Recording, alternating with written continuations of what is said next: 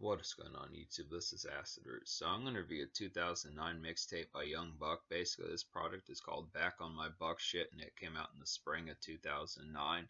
So about this particular product, just the thing about it is here is just the factoid that Young Buck was trying to come up with like a particular label that was brewing in like from about mid 2006 to about 2009 or so. The thing about it was is Young Buck got booted from G Unit, but he had a subsidiary label which was going to be like the next big thing is 50's Empire. 50 Cent's Empire started to grow, which was basically G Unit South, which was also Cashville Records as far as those pitches going to happen.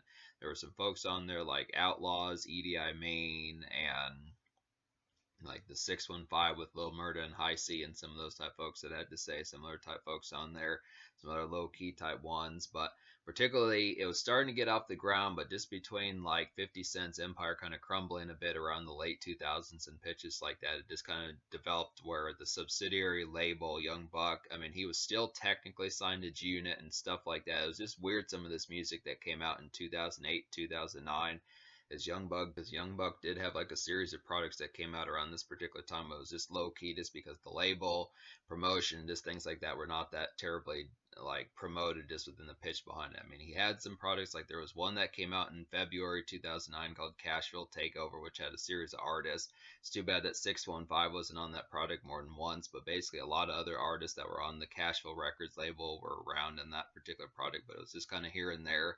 And it just kind of felt like Young Buck was kind of an afterthought past like his Buck the World album from 2007, because Buck the World kind of bombed in early 2007 and 50 Cent's Curtis kind of bombed in late 2007. So it's just kind of the concept that all the stuff that Young Buck worked on, basically the concept about it was the 615, which I reviewed recently. They dropped an album in early 2008, which was a part of G Unit South, and then basically the members of 615, like Lil Murda, dropped an album, which I'm going to get to as far as those pitches going to happen to some of those type fairs, just particularly how that went. But there were further attempts to build like the empire of G Unit South and Cashville Records, but it just was kind of here and there. But I don't want to. I am not as full blown sure if there were full blown albums. I want to say that at least Cashville Records did have a series of albums just within a relative sense, but they're just a lot more low key and it's just kind of more trickle down information as far as that particular kind of went, just within the aspects of how much like promotion, this overall kind of coverage that some of that stuff particularly was kind of getting.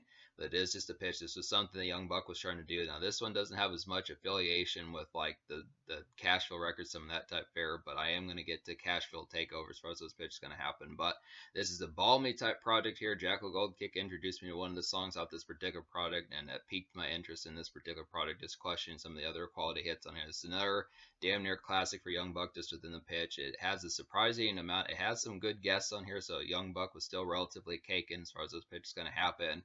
Yo Gotti is on this project. Lil Wayne surprisingly is on this project, and Plies is on this project. Some of those type folks, and then Yo Gotti's wingman All Star Cashville. I think his name is like Cashville All Star, something like that. I know he was like a wingman at Yo Gotti in like the 2000s.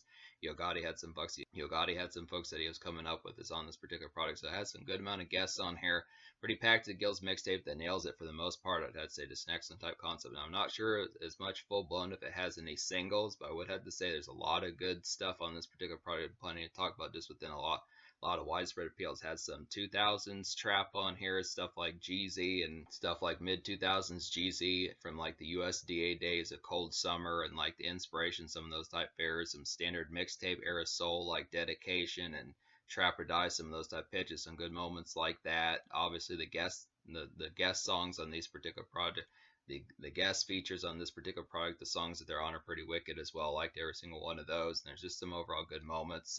There's a little bit of drill on here. There's some club type moments. There's some good trap turn up. There's plenty of pitches. Young Buck covers a lot of bases and does it without looking kind of like a relic or anything like that. He still sounds hungry and trendy to like the times as far as those pitches kind of happen, just with like the blistering kind of overall appeal and execution. So basically the only 4 songs I don't recommend out of 17 songs in here. There's 22 songs on this project, but minus like the 5 interludes and skits, I would say that's 17. So out of the 17, there's 13 that I recommend. So the 4 songs I don't recommend would be You Gotta Love It, Letter to the Labels, Lose My Mind, and Somebody Go and Pay. So basically You Gotta Love It and You Gotta Love is just kind of a more homely type one that just didn't deliver upon what it was trying to. I feel like normally Young Buck nails these particular Tupac type vibes just a lot better, just more introspective and just kind of more using your pen and just kind of more writing home type aspects, but this didn't really have the appeal as much. Letter to the Labels was this kind of one. I feel like this kind of reminds me of like a 50 Cent song, this Letter to the Labels song. This is kind of something that he would have done on like Curtis or one of those type fairs. This reminds me of something either Curtis or the Massacre, but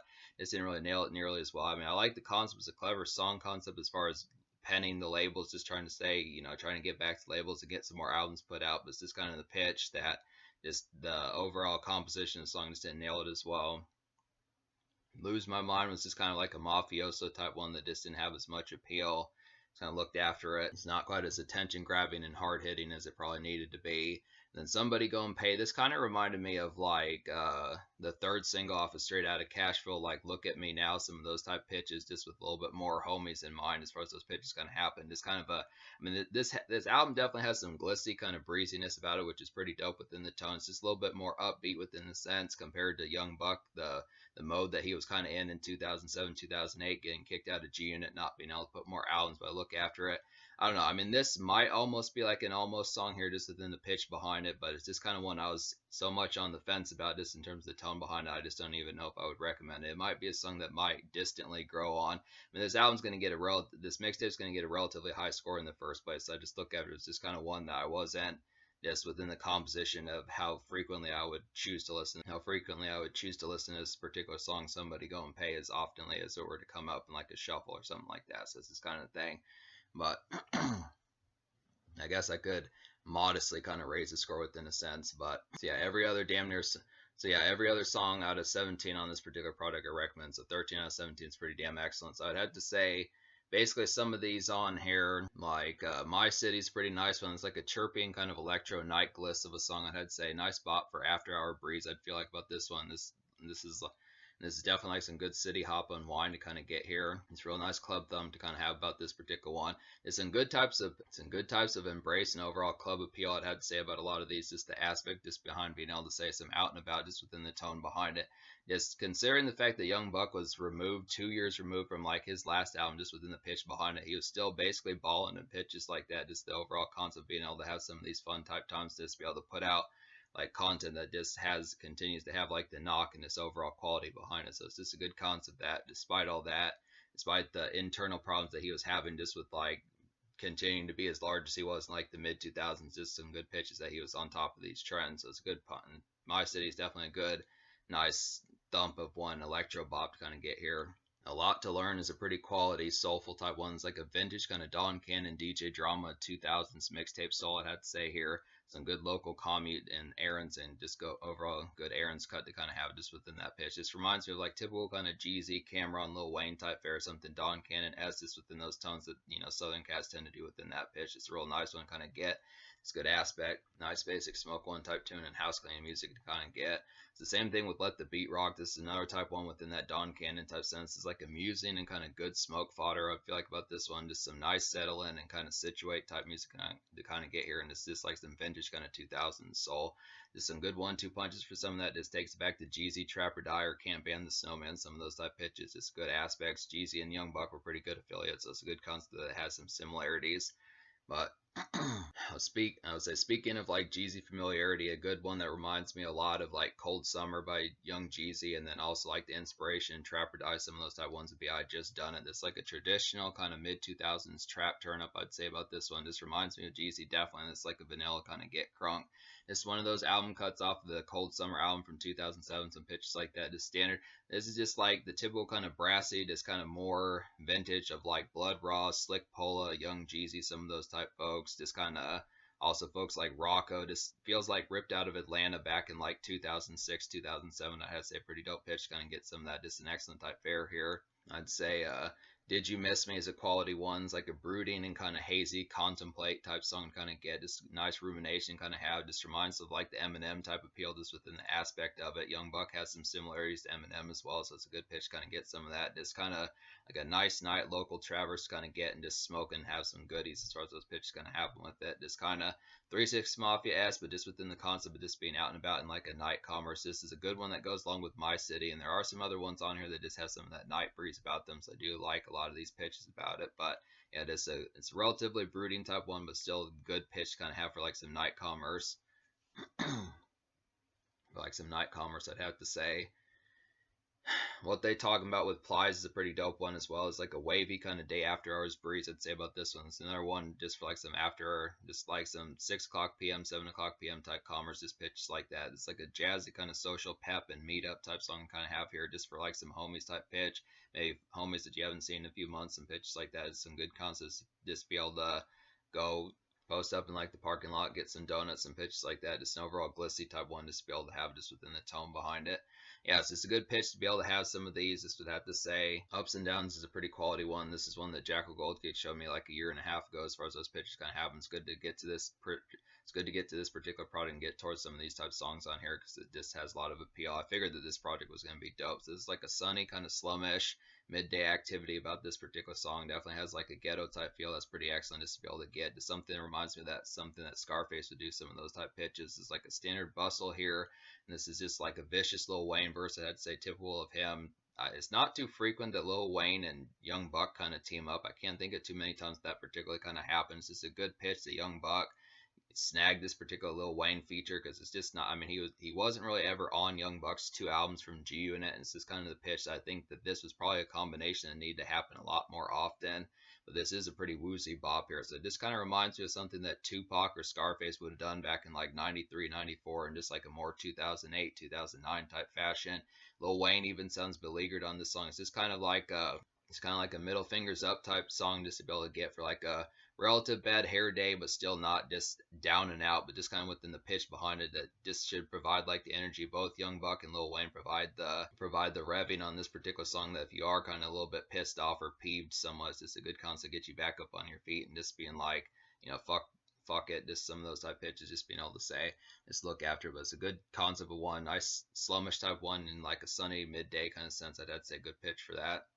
Everything's on sale. It's a nice pitch as well. It's like a breezy kind of late day unwind. I'd say about this one. Good work shift relief. I'd feel about this particular one. It's like a smoke nice and kind of vibe out type song kind of get here. So this one definitely has some pop rap appeal. I'd have to say about it. Just reminds me of something almost like a promo type song, just within a more kind of amongst the car and just kind of more kind of relative makeshift, but just within the tone of more hustler's stance in mind. I'd have to say just within the pitch behind it. It's a real nice one to kind of smoke a bit and some pitches like that. It's good to get some of these makeshift type songs on a mixtape, I'd have to say. Bag It Up is a nice one as well as like a syrupy kind of trap club bubbler. Bag It Up is like a nice one as well as like a syrupy kind of trap club bubbler. I'd say this song has like a vintage snarl and it's a dope posse cut to kind of get here. Smoke good and marinate, I'd have to say. Good concepts. This one basically has Yo Gotti and Cashville All-Star on here. So Bag It Up just feels a little bit more contemporary to like early 2010s mixtape type fare as far as those pitches kind of happen. So this is a pretty trendy type one to kind of get here. Good pitch. Has some folks that were brewing in like the early 2010s, Yo Gotti, Cashville All-Star Prince, some of those type folks as far as that particular one goes. So it's just a good, nice one kind of have for some of that type fare.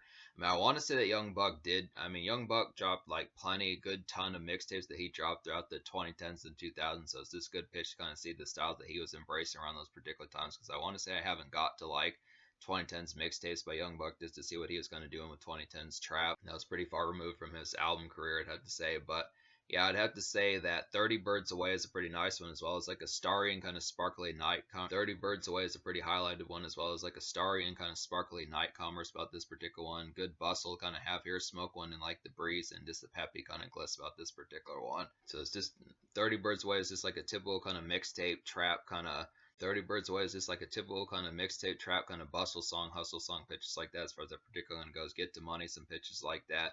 Just good aspect. Another good trendy type one just within the fare behind it. Just a good primer for what was happening just years later with like, folks like Future, Yo Gotti, Waka Flocka, some of those type folks. I'd say it's a good concept for that. Nothing on it's a pretty quality one as well. It's like a late 2000s kind of trap radio grab, I'd have to say.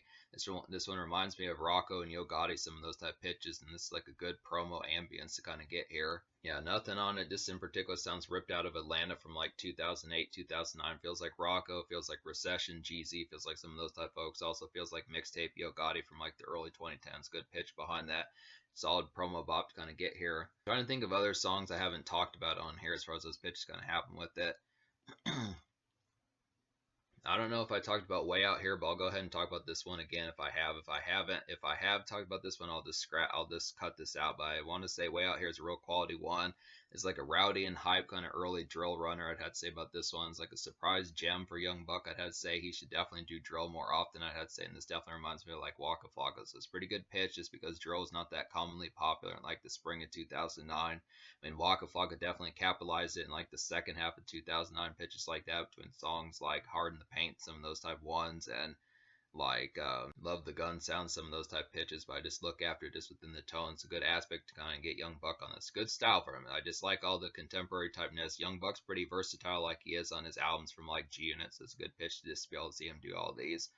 So, so I want to say I covered every song that I recommend out this particular product. So I'm going to go ahead and give this mixtape, me recommending 13 and a half out of 17 on here. I'm going to give this mixtape like a 9.5 out of 10. Like I said, I'm kind of just a little bit kind of quelled on like the concept of somebody going pay. I feel like that's probably when I could probably get to liking more just within the pitch behind him. But at this particular moment, I was on the fence. At this particular moment, I was rather on the fence about it. But I look after just plenty of good songs in here, like all the trendiness, like the drill on here, like the mixtape 2000, like the mixtape early 2010s hustle songs, pitches like that, like the club bops on here, like some of these types of moments. It's some good batches of just things, like some of the Don Cannon Soul, some of these type pitches, like the features, like Lil Wayne implies.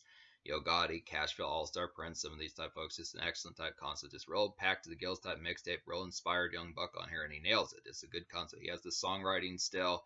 This one's a little bit more contemporary than ones like Chronic 2006. I mean, I definitely feel like the ruggedness is on here within the sense, but it definitely has some good gloss about it. Just to be able to say it has some radio grabs and pitches like that. There are some good glitzy type hooks on here and pitches like that.